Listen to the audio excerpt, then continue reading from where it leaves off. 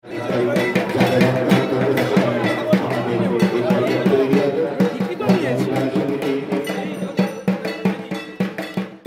ক্লিক্সের চ্যানেলে আরও একবার আপনাদের সকলকে জানাচ্ছি স্বাগত।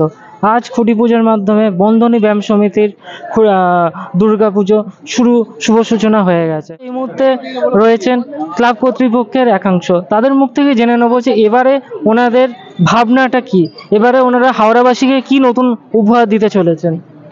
আমরা বন্ধনী ব্যায়াম সমিতির 52তম বর্ষে পদার্পণ করেছি।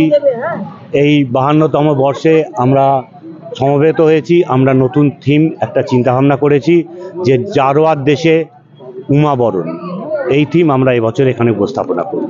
কেন আমরা বিগত বছরগুলোতে একটু সুতো নিয়ে করেছি, একটু মানে ভিড়ে দেখা অর্থাৎ হারিয়ে যাওয়ার জিনিসগুলোকে আমরা খুঁজে পেয়েছি।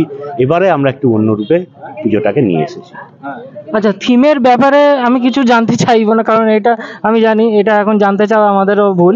তো মানুষ আপনাদের এখানে মানে যারা পুজো ক্লিক্সের দর্শক আছে, যারা কলকাতা থেকেও আসতে পারে, তারা আপনাদের এখানে কি করে আসবেন?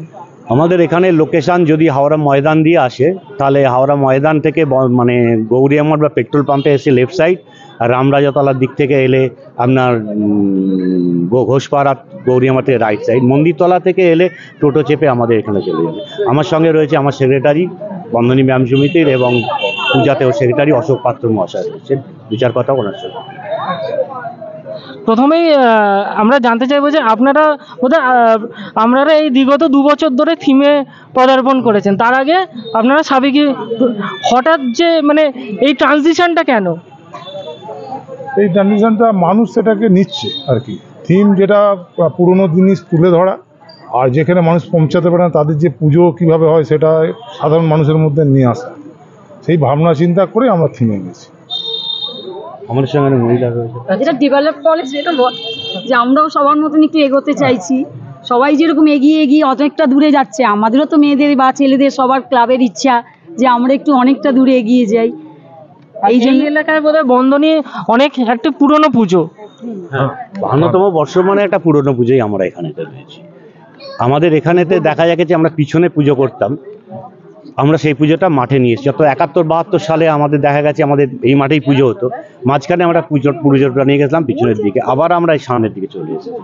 মহিলারা রয়েছে, ওদের সঙ্গে জিজ্ঞাসা করে ওদের।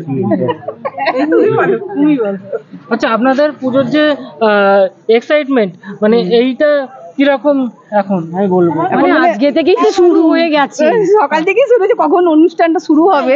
তারপর এবার তো শুরু হয়ে গেল, কি থিম হবে, কোথায় কি করবে না করবে, সবাই কি পুজো কখন কি হবে অনুষ্ঠান, সেই হিসাবে শুরু আলোচনা। তারপরে তো সব আছে, মানে মহিলাদের পার্টিসিপেশন এবারে বেশি, যেটা আমি দেখতে পাচ্ছি, তাই তো? হ্যাঁ, মেয়েরা তো একটু এগিয়েই আছে না সর্বদা। আমাদের সব বন্ধু মানে মহিলা গ্রুপ তো মানে বন্ধনীর তো একদম অনেকটাই বড়।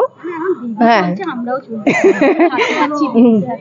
আমরা চেষ্টা করছি যাতে আরো ভালোভাবে আমাদের এই বছরের অনুষ্ঠানটা ভালোভাবে হয়, আরো সুন্দরভাবে হয়। পুজো ক্লিক্সের দর্শকদের জন্য একটু শুভেচ্ছা বার্তা আমাদের তরফ থেকে, বন্ধনী ক্লাব তরফ থেকে জানানো হচ্ছে, সকলকে জানানো হচ্ছে যে ওনারা এখানে আসুক, দেখুন পুজোটা কত দূর কিরকম আমরা করতে পেরেছি। ওনাদের দেখলে ওনারাই বলতে পারবেন আমাদের কিরকম অনুষ্ঠান হচ্ছে। সবার ছোট বড় সব ঠাকুর সব জায়গায় যে একটু টেস্ট করা উচিত, এটাই দর্শকের উচিত।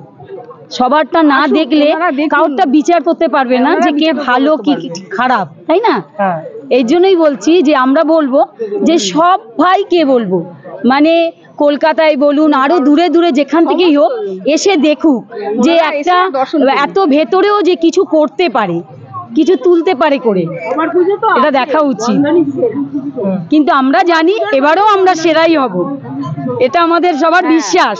তাহলে হয়ে যাক একবার 3 চিয়ার্স ফর বন্ধনী, হিপ হিপ হুরে, 3 চিয়ার্স ফর বন্ধনী, হিপ হিপ হুরে, 3 চিয়ার্স ফর বন্ধনী ব্যায়াম সমিতি, হিপ হিপ হুরে। অসংখ্য ধন্যবাদ।